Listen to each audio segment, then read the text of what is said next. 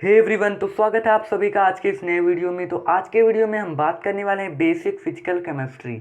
अगर आपका क्लास 11 में फिजिकल केमिस्ट्री वीक रह गया है तो कोई भी टेंशन लेने की बात नहीं है। ये एकदम बेसिक से है और आप इसको सीख कर आप फिजिकल केमिस्ट्री को स्ट्रॉन्ग कर सकते हैं। अगर आप अभी तक फिजिकल केमिस्ट्री में कुछ भी नहीं जानते तब भी आपके लिए बहुत ही बेस्ट वीडियो है। इसमें बहुत ही ज़्यादा बेसिक है।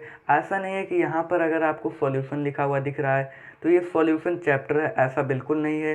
तो इसमें हम डिस्कस करेंगे कुछ सॉल्यूशन की कुछ चीज़ें जो आपने क्लास 9, 10 या 11 में पढ़ा होगा।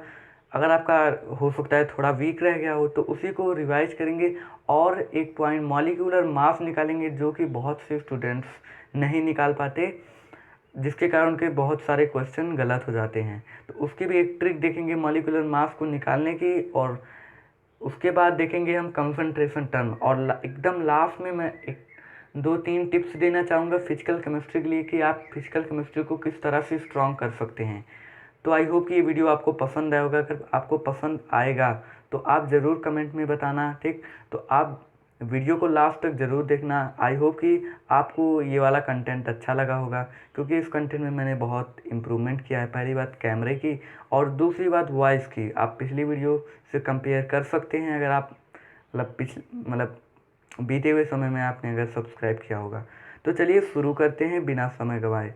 तो सबसे पहली बात कि आपको जानना होगा सॉल्यूशन। वीडियो को लास्ट तक जरूर देखना गाइस, क्योंकि अगर आपने मॉलिक्यूलर मास को निकालना नहीं सीखा तो आप फिजिकल केमिस्ट्री का डाउट आपके बोर्ड तक रह जाएगा, ठीक। या आप वीडियो को आगे बढ़ा के देख सकते हो, आपका जैसा मन।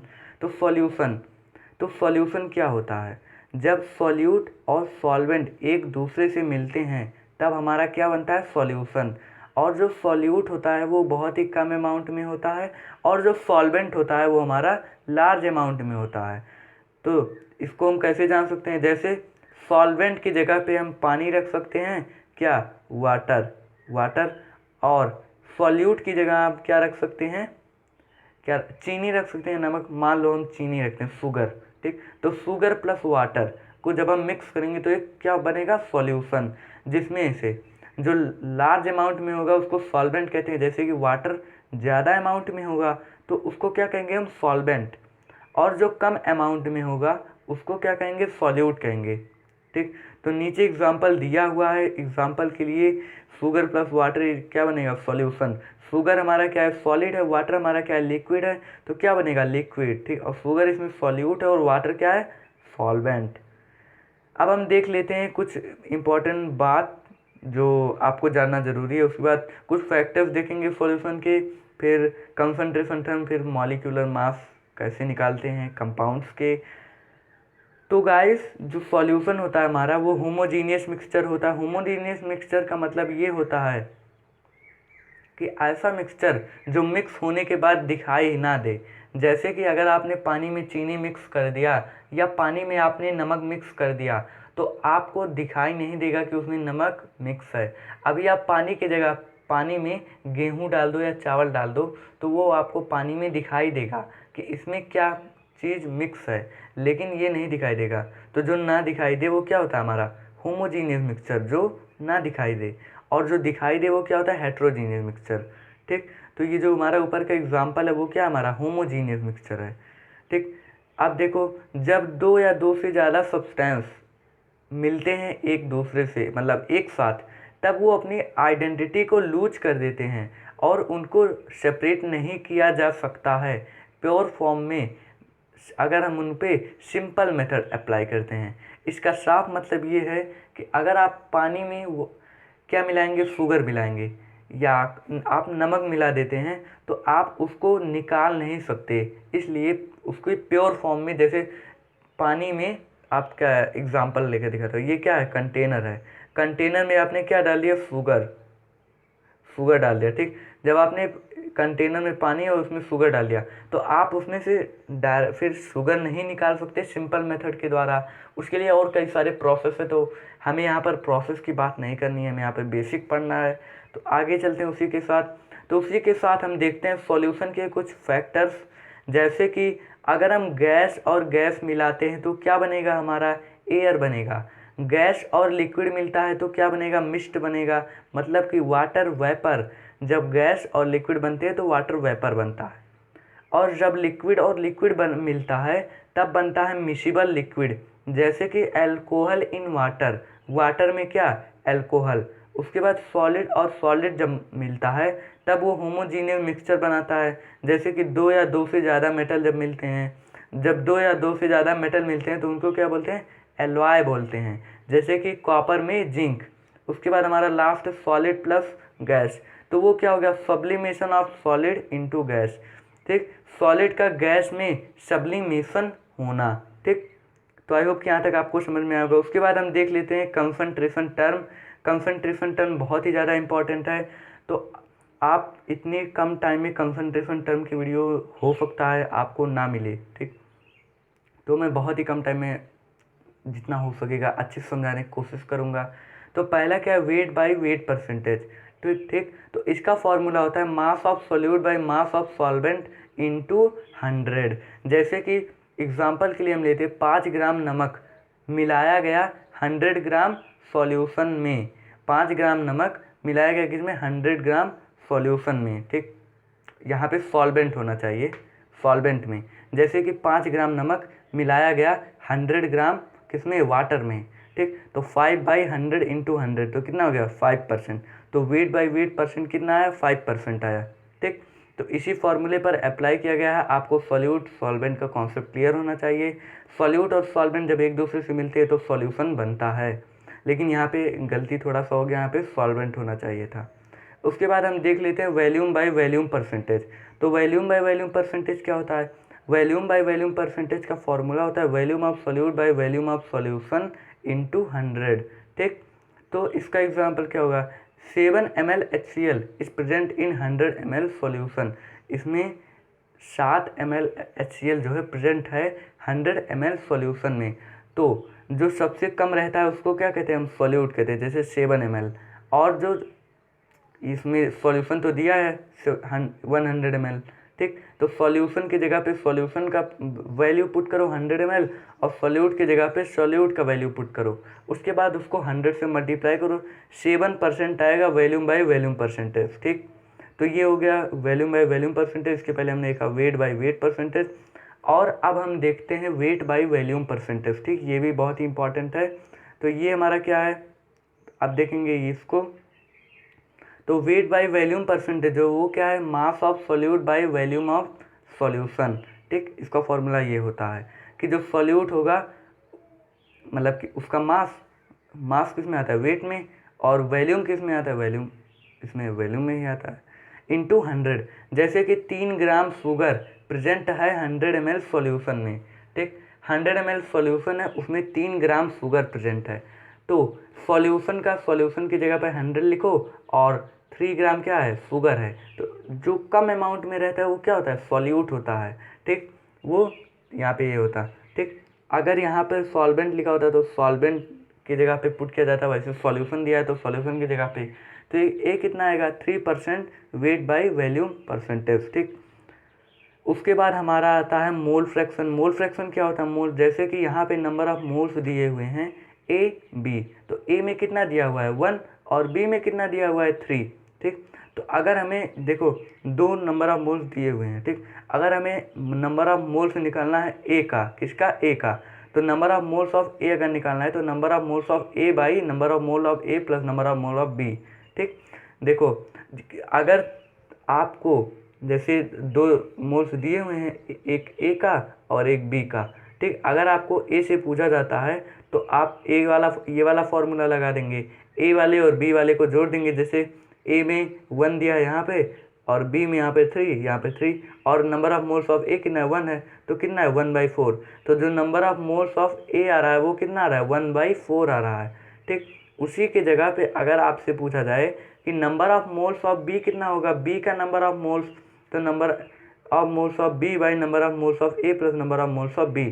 मतलब कि किसी भी चीज़ का मोल निकाल रहे हो उसकी वैल्यू ऊपर रखना यहाँ पे ऊपर, और जो टोटल रहेगा उसको जोड़ देना। तो 1 + 3, 3/1 + 3 = 3/4। तो इसका कितना है 3/4। और एक बात, अगर आप किसी भी चीज़ का मोल फ्रैक्शन निकालते हैं तो वो कितना आएगा, 1 आएगा। इसलिए 1 आएगा क्योंकि देखिए आप number of moles of A निकाले कितना है 1/4, number of moles of B आपने निकाला कितना आया 3/4। तो जब आप 1/4 प्लस 3/4 जोड़ेंगे तो कितना आएगा, 4 का एलसीएम लेंगे कितना आया 4 आया, और 1 और 3 ये 1 और 3 वाला जोड़ेंगे तो कितना आएगा 4, तो 4 कितना हुआ 1 आया। ठीक, तो जो टोटल मोल फ्रैक्शन आएगा हमारा वो 1 आएगा। ठीक, तो ये हो गया मोल फ्रैक्शन। आप इस तरीके से मोल फ्रैक्शन को निकाल सकते हैं। उसके बाद हमारा जो पांचवा कंसंट्रेशन टर्म आता है वो आता है हमारा ppm। ppm क्या होता है, ppm का मतलब होता है पार्ट्स पर मिलियन। ठीक, पार्ट्स पर मिलियन इसका फॉर्मूला होता है, और इसका जो और वो फॉर्मूला होता है वो क्या होता है, number of parts per million is equal to mass of solute by mass of solution into 10⁻⁶। ठीक, तो आपको क्वेश्चन में सॉल्यूट दिया होगा, सॉल्यूशन दिया होगा, और आपको नंबर ऑफ ppm निकालना होगा। हो सकता है कि आपको नंबर ऑफ ppm दिया हो, सॉल्यूट दिया हो, सॉल्यूशन ना दिया हो, तो आप इस फॉर्मूले पर रखकर निकाल सकते हैं। उसी तरह से ppb क्या होता है, पार्ट्स पर बिलियन, नंबर ऑफ पार्ट्स पर बिलियन। नंबर ऑफ पार्ट्स पर बिलियन का मतलब क्या होगा, मास of solute by mass of solvent into 10⁹। तो ppm और ppb में क्या अंतर है, ppm का मतलब पार्ट्स पर मिलियन होता है, इसलिए जो इसका मल्टीप्लाई के बाद जो वैल्यू होगा वो 10⁻⁶ होगा, लेकिन ppb में जो मल्टीप्लाई के बाद वैल्यू होगा वो कितना होगा 10⁹ होगा।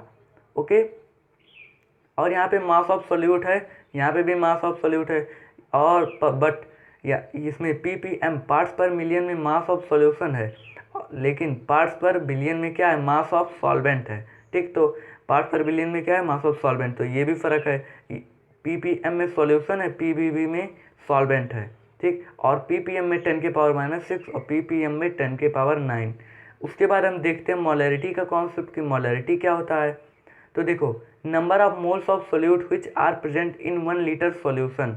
ठीक, कितने number of moles of solute present हैं 1 लीटर सॉल्यूशन में। जैसे कि 1 लीटर सॉल्यूशन का मतलब कि 60 प्लस वाटर का सॉल्यूशन, 60 प्लस वाटर को मिला दिया गया तो वो क्या बन गया, सॉल्यूशन बन गया। ठीक, तो इसमें कितना साल्ट डाला गया है 1 लीटर 60 प्लस वाटर सॉल्यूशन में। तो ठीक, तो आपको इसमें ये पूछ रहा है कि 1 लीटर सॉल्यूशन में कितने number of moles of solute हैं। ठीक, तो सॉल्यूशन किससे मिलकर बना होता है, सॉल्यूट और सॉल्वेंट से। तो साल्ट इसमें सॉल्यूट है और वाटर क्या है, सॉल्वेंट है, तो ये सॉल्यूशन बन गया। ठीक, तो अब जब ये सॉल्यूशन बना है तो इसमें ये पूछ रहा है कि इसमें जो सॉल्यूट का अमाउंट है वो कितना है। ठीक, आई होप कि आपको समझ में आया होगा। अब देखो इसका यूनिट जो होता है, अगर आपको ना समझ में आया तो थोड़ा सा बैक कर सकते हो। इसका यूनिट जो है मोल्स पर लीटर होता है। Molarity is equal to number of moles of solute by volume of solution, इसका फॉर्मूला होता है। जो भी मोल्स ऑफ सॉल्यूट है नंबर, उसको ऊपर लिखो, उसके बाद नीचे क्या लिखो, वॉल्यूम ऑफ सॉल्यूशन। ठीक, उसके बाद हम देखेंगे how to find molecular mass of compound. ये बहुत ही ज़्यादा इंपॉर्टेंट है कि हमको जानना है कि किसी भी कंपाउंड का मॉलिक्यूलर मास हम कैसे निकाल सकते हैं। ठीक, ये बहुत ज़्यादा इंपॉर्टेंट है। तो अगर आपको किसी भी कंपाउंड का मॉलिक्यूलर मास निकालना है तो उसको मॉलिक्यूलर मास निकालने के लिए हमें सबसे पहले एलिमेंट्स का एटॉमिक मास पता होना चाहिए। ठीक, तो अगर आपको किसी भी कंपाउंड का क्या निकालना है, मॉलिक्यूलर मास, तो आपको उसका एटॉमिक मास याद रखने की बहुत ही ज़्यादा ज़रूरत है। जैसे कि पहला हम ले लेते NaOH, तो Na का एटॉमिक मास कितना होगा 23, O का कितना, ऑक्सीजन का 16 और हाइड्रोजन का 1, तो तीनों को जोड़ दिया गया, Na का 23, O का 6, ऑक्सीजन का 16 और H का 1, तो कितना आ गया 40 आ गया। उसके बाद अगला है H2O हाइड्रोजन का कितना है 1 × 2 प्लस ऑक्सीजन का कितना है एटॉमिक मास, वो कितना है 16, तो क्या आया 18। उसके बाद हमारा आता है HCl, H हाइड्रोजन में कितना है 1, उसके बाद क्लोरीन में 35.5, ठीक, तो कितना आ गया 36.6, तो क्लोरीन का कितना है 35.5, ठीक, अप्रॉक्स आएगा, शायद उतना ही है। ठीक, तो आप किसी भी चीज़ का, किसी भी मतलब कंपाउंड का, ये कंपाउंड ही तो है, NaOH, H2O, HCl, ये सारे क्या है कंपाउंड है हमारे। तो इनका मॉलिक्यूलर मास आपको अगर निकालना है तो उसका एटॉमिक मास आपको पता होना चाहिए। उसके बाद हम देखेंगे मोलैलिटी क्या होता है।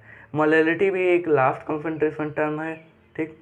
Number of moles of solute present in 1 kg solvent, कि कितने number of moles of solute जो है 1 kg सॉल्वेंट में प्रेजेंट हैं।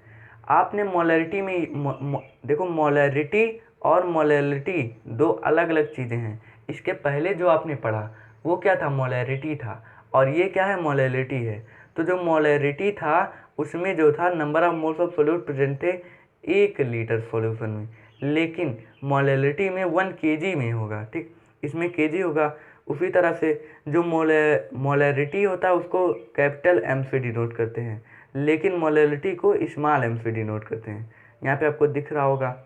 उसके फॉर्मूला क्या, number of moles of solute by mass of solvent in kg। Example के लिए अगर हम देखते हैं तो क्या होगा कि 3 moles of HCl are present in 1 kg water. Hydrochloric acid के 3 मोल्स प्रेजेंट हैं 1 kg वाटर में। 1 kg वाटर है, जैसे कि यहाँ पर कितना है, 1 kg क्या है, वाटर है, ठीक। लिखा नहीं रहा है, ठीक। तो इसमें कितना 3 मोल्स, ठीक है, क्या प्रेजेंट है, HCl, ठीक। तो आई होप कि आपको वीडियो पसंद आई होगी। तो रुक जाए, एक और बात, अगर आपको फिजिकल केमिस्ट्री को स्ट्रॉन्ग करना है तो आपको सबसे ज़्यादा फोकस करना होगा अपने कॉन्सेप्ट पर। जितना मजबूत आपका कॉन्सेप्ट होगा उतना ही अच्छे से आपका मतलब कि क्वेश्चन होंगे, ठीक।